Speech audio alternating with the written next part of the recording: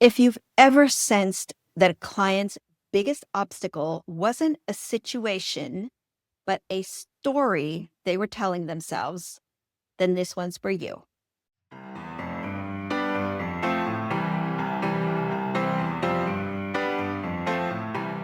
Hi, friends. I'm Elena Aguilar, and this is the Bright Morning Podcast.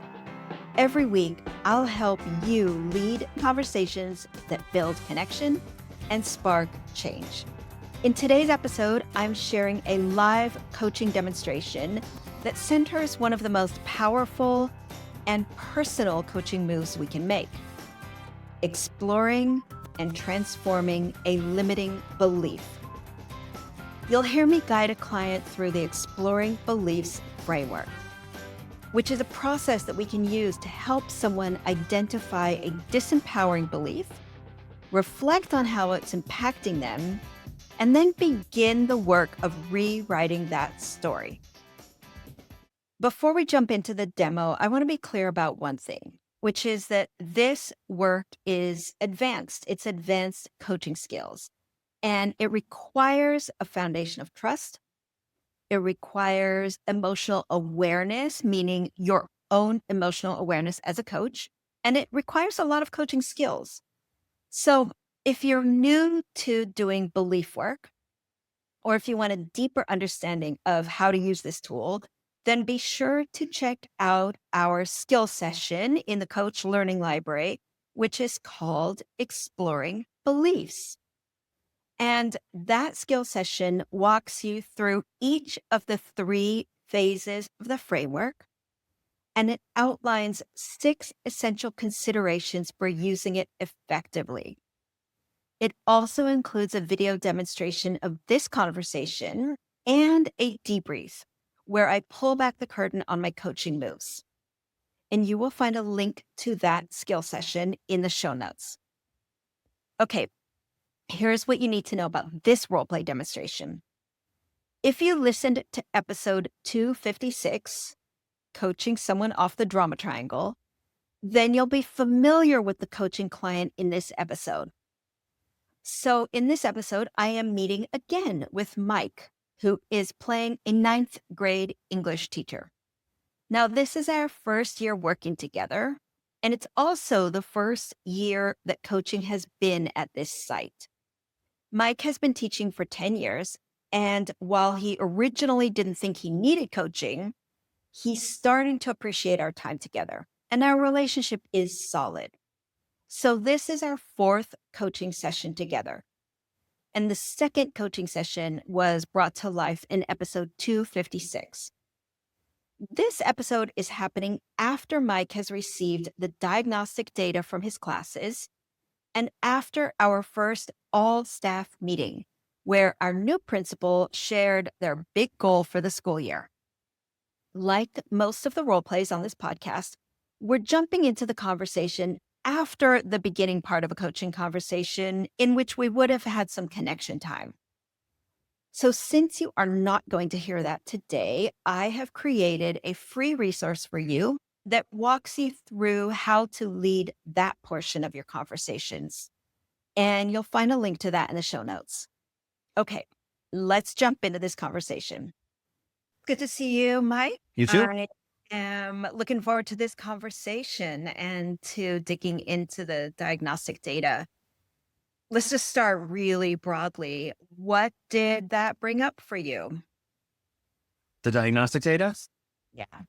Well, a lot of it's like we've been talking about. I'm trying to stay focused on what's in front of me and what I can control in my room. That is helping.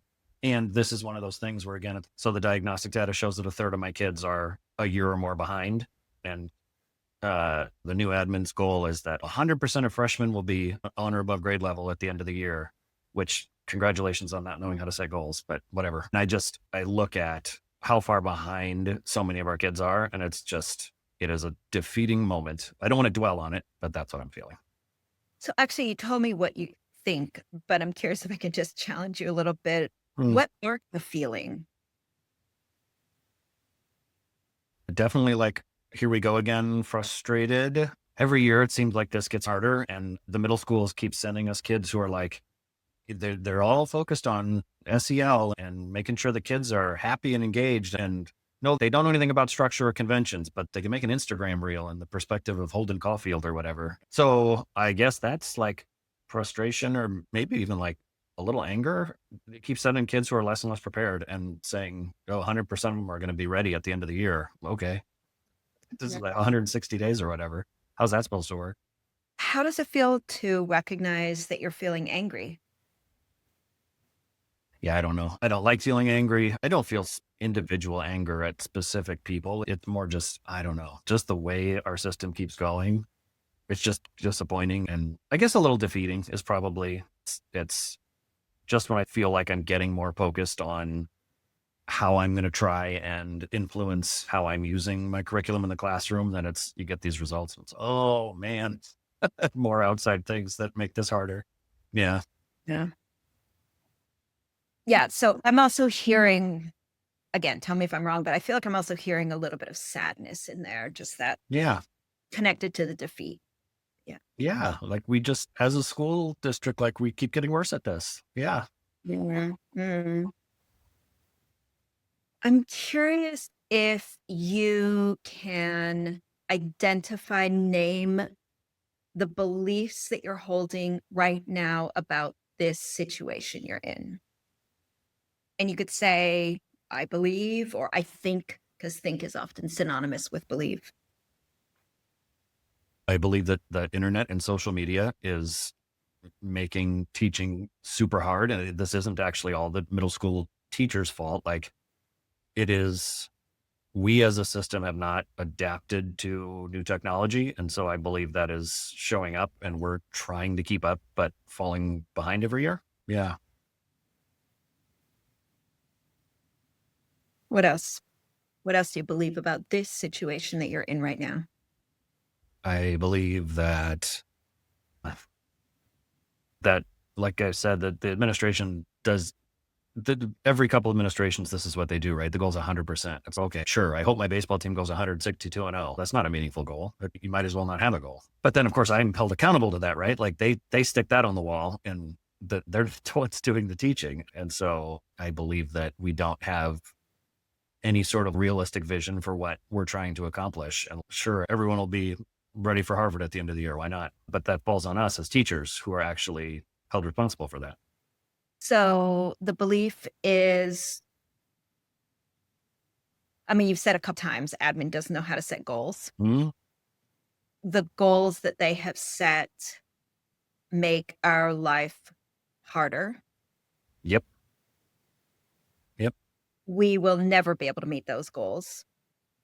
I believe in setting growth goals, and we're doing that with each kid. So if you're 2 years behind, no, you're probably not going to be ahead of grade level at the end of this year. But let's set a growth goal so that you're not just making 1 year, but a little more. So we're helping you catch up. And by the time you're out of here, you're where you need to be.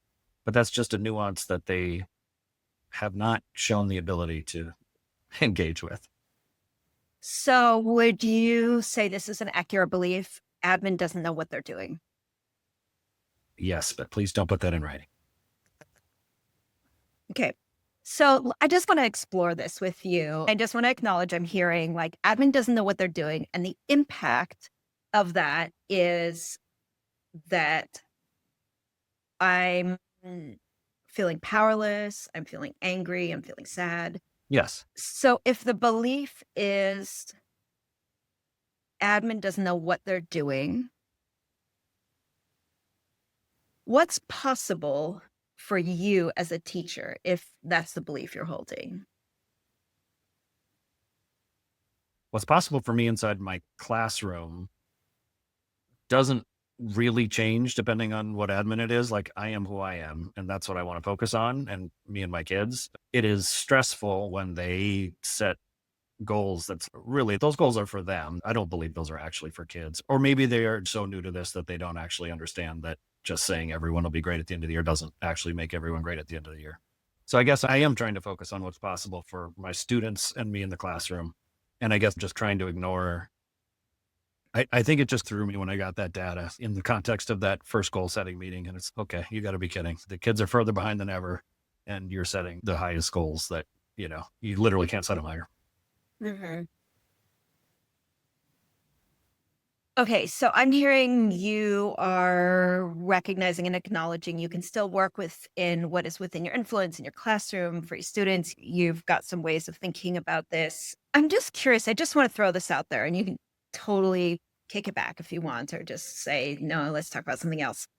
But are there any negative repercussions for you, even just on the way you think and feel about admin, from holding that belief? Admin doesn't know what they're doing. Yeah, definitely. And I think that's fair. I think it gets me in a negative headspace that I don't want to stay in. So I think that's good. It's just, yes, it is frustrating. And I almost wish I had never had semi-competent administrators before, but I have. When I was in like my third year, we had a great principal who knew curriculum, and I always respect the position. They are my boss. I do what I'm supposed to do. I follow my expectations. I also really respected her as a professional leader, and I haven't had that in a while. And again, I will always respect the position. I will always, that they are the boss. That's how this all works. But yeah, it puts me in a negative headspace when not only am I not getting help from their leadership, but it's like throwing a wrench in things.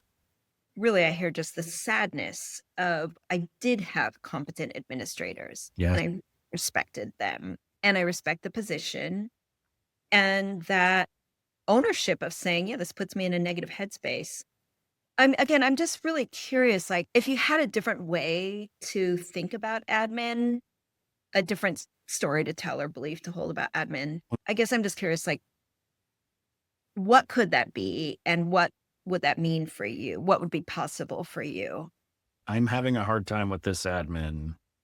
Yeah, this year has been particularly challenging for me with that relationship, which has made everything else more challenging. And again, I'm trying not to spend too much of my energy on that, but I don't know what other kind of story is there. I mean, there's some thoughts coming to my mind, but I really feel like I would just invite you to keep thinking about that. Like you're an English teacher, you think about narratives and storytelling and Sure. beliefs. And if right now the story you're telling is admin doesn't know what they're doing, Yeah. they don't know how to set goals. Yep. I just want to acknowledge I'm hearing sadness and sarcasm. If you're interested in what it might feel like to have a different story, keep that in your mind and let it float around. See if anything else comes up. Mm. And just see how it feels. Even just what would be different if the story was these administrators are brand new. They are in an admin preparation program right now. Mhm. So they're not even trained. They taught for 3 years Mhm. before becoming an administrator. They're new to our city, to our community. The problem is they don't have the knowledge or the skill. The problem is our education system is deeply, seriously broken and has been for the entirety of its existence in the United States. Yes. Yes. Yeah. I I'm mean, just how you would feel if those were some of the beliefs you were holding. I don't disagree with any of that. I understand they're unprepared, and this is new to them. And I can have empathy on a human level. I'm sure that's really hard. Do I think I could do their job better? Yes. Do I want their job? No. I don't know. I can see it at a human level, and maybe that's more helpful for me to just try and empathize with them as individuals. But it does have a real impact on me professionally. And so I guess it's hard to, maybe it's just trying to hold both of those at the same time. I can have empathy for them as human beings. And I don't dislike any of them as humans. I'm just constantly annoyed professionally. Yeah. Yeah. You just said something that I think is the definition of wisdom, which Mm. is maybe it's holding two things at the same time. Yeah. Like it is really hard. There is an impact on you. Yep. And your shift right there to empathy is more expansive. It's like sometimes it feels hard to hold multiple truths, and sometimes it's a relief because it feels more human. Yep. And we talk about that in class all the time. More than one thing can be true at the same time. Yes. I don't know. maybe it'll help soften me a little bit to focus more on the human empathy. It doesn't really change the professional conditions of our school. And I know it's not even their fault. They're in their jobs. This is all systemic, and they have a boss who hired them and said, oh, this is what we need. And I know there aren't a lot of candidates, and yeah, it is a systemic disaster. And here I am at the bottom of the system in the classroom every day. So it's hard. Yeah, it is. And you're right. You are in the classroom and you are right in front of the people that you've chosen to serve.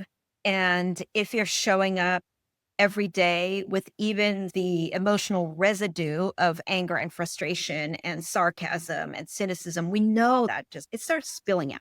Yeah. It's Yeah. and it's or it takes so much energy to contain it.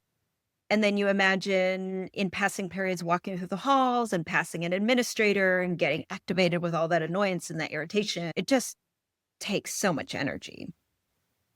So is the answer to focus more on the human connection and just try to ignore the other stuff?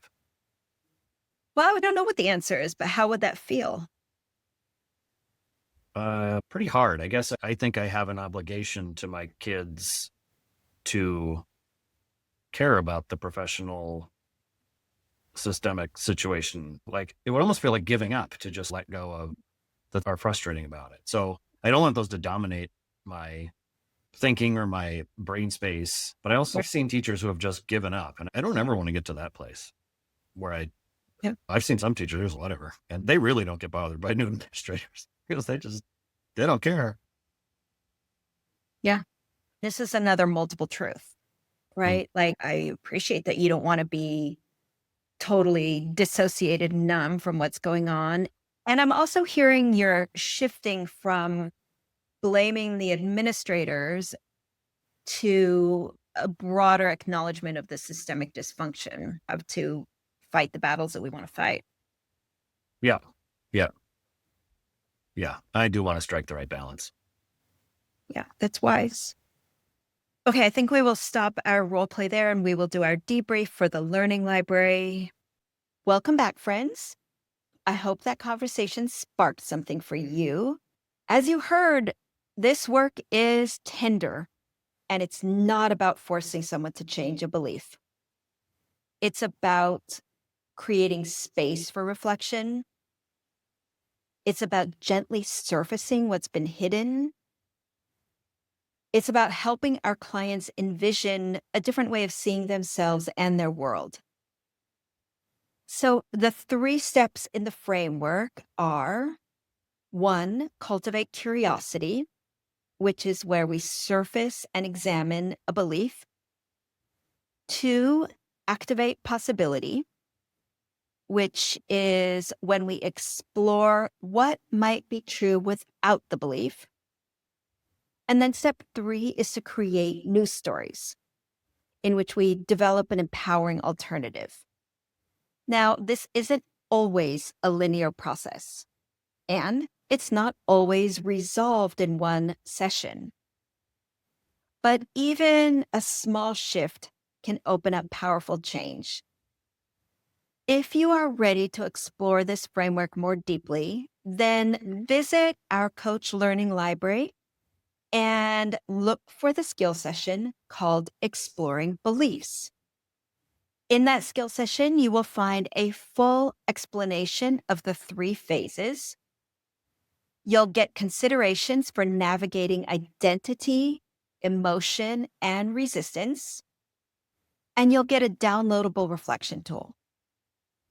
If you want to strengthen the foundation for this work, then I recommend the skill sessions, which are around the core emotions and exploring your triggers. Thank you for being brave enough to explore beliefs, both your own and your clients'. If you appreciated today's episode, then please share it with someone you know would benefit from it, or hop over to Apple Podcast and leave a 5-star rating and a review to help others discover it. And thank you so much for helping our show make some new friends. Okay, folks, Leslie Bickford is the podcast producer, and Stacey Goodman does the sound engineering. Take care and be well, everyone.